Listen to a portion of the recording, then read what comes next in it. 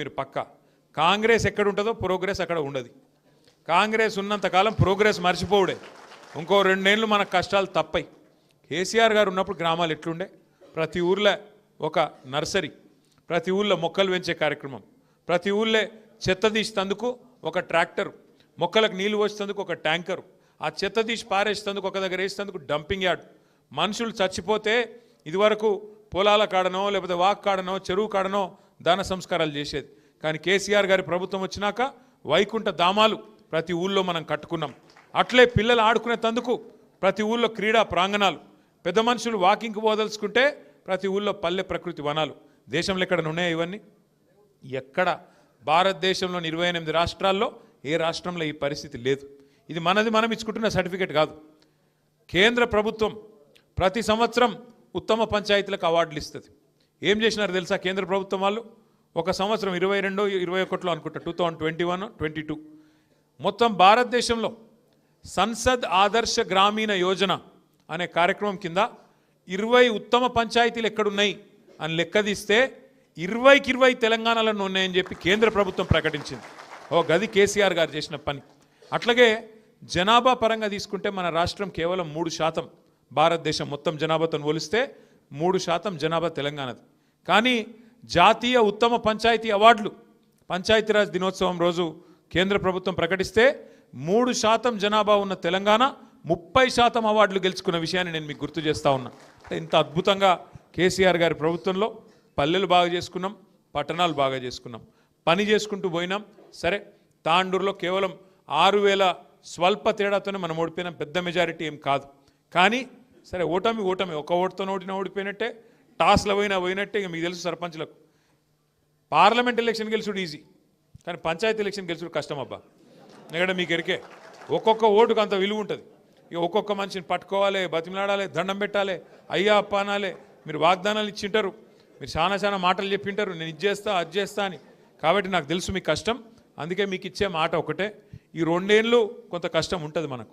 ఎందుకంటే వీళ్ళ దగ్గర పైసలు లేవు, వాళ్ళు పైసలు ఉన్నాయని ఢిల్లీకి పంపుట్లోనే బిజీగా ఉన్నారు వీళ్ళంతా. మొత్తం వీడికెళ్ళి మూటలు కట్టాలి, రాహుల్ గాంధీకి పంపాలి, ఆడనో ఇన్నో కుర్చీ కాపాడుకునేందుకు కింద మీద పడి కుర్చీ కాపాడుకోవాలి తప్ప వాళ్ళకు ప్రజలకు సేవ చేసే ఆలోచన వీళ్ళకు లేదు. చూడండి, మీరు ఆలోచన చేయండి.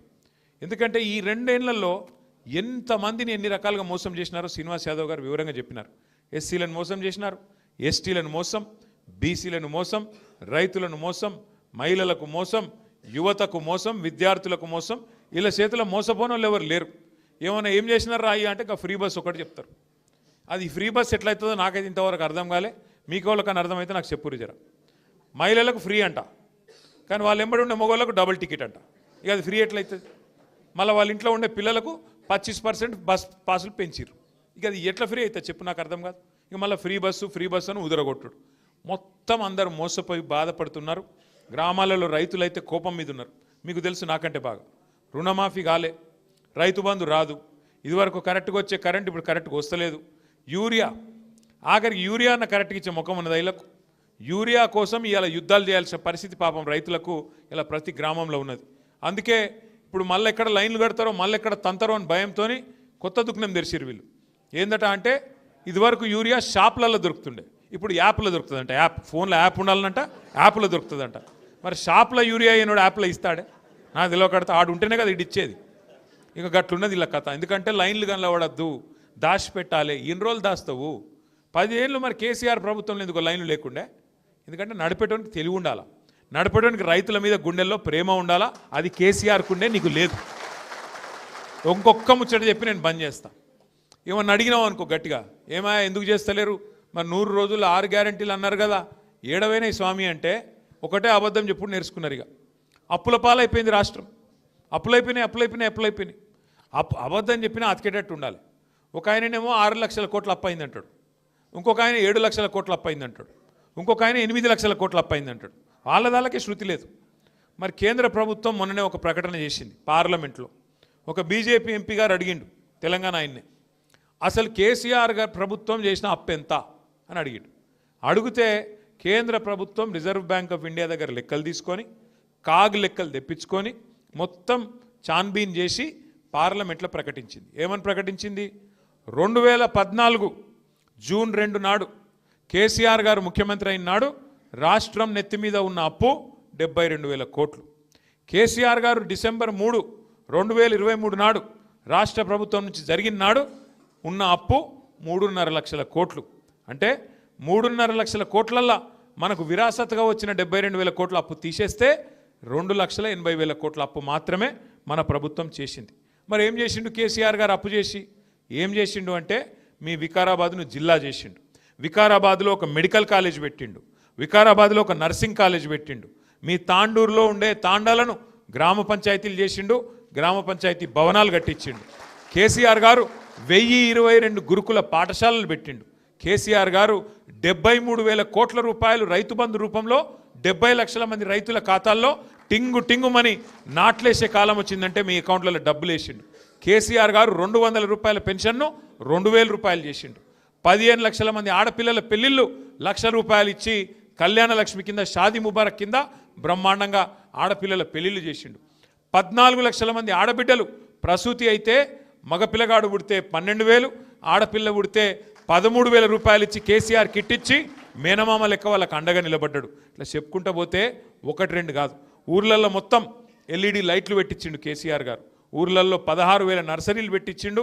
చెప్పుకుంటూ పోతే చాలా కార్యక్రమాలు, పల్లె ప్రగతి, పట్టణ ప్రగతి, మీ రోహిత్ రెడ్డి గారి నాయకత్వంలో మీకైతే ప్రత్యేకంగా జీవోలు ఇచ్చిండు కేసీఆర్ గారు.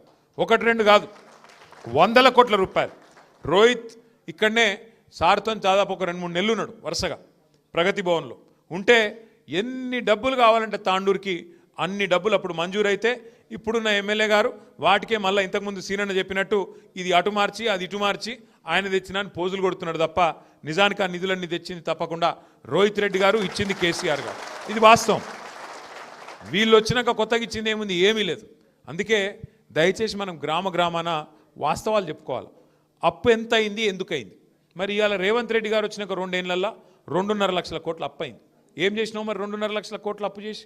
ఒక ఇటుక పెట్టినవా? ఒక కొత్త రోడ్ వేసినవా? ఒక కొత్త మోరీ కట్టినవా? ఏం చేసినావు నువ్వు? 2.5 లక్షల కోట్ల అప్పు. పెన్షన్లు పెంచినవా? ఏం చేసినావు? ఎక్కడ పోయినాయి పైసలు? సమాధానం చెప్పరు.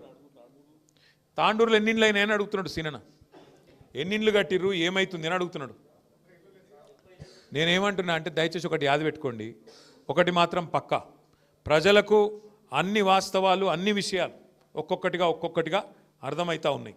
ఒక్కొక్క వర్గానికి ఇప్పుడిప్పుడే మొత్తం తేటతెల్లం అవుతున్నది, అన్ని విషయాలు వివరంగా అర్థమవుతున్నాయి. ప్రజలు ఎదురు చూస్తున్నారు. ఇప్పుడు నిజానికి ఈ ఎలక్షన్లో కేసీఆర్ గారు కాలు బయట పెట్టలే, ఒక మాట కూడా టీవీలో కూడా చెప్పలే, కానీ మన సింబల్ కూడా లేదు, కారు గుర్తు కూడా లేదు. కానీ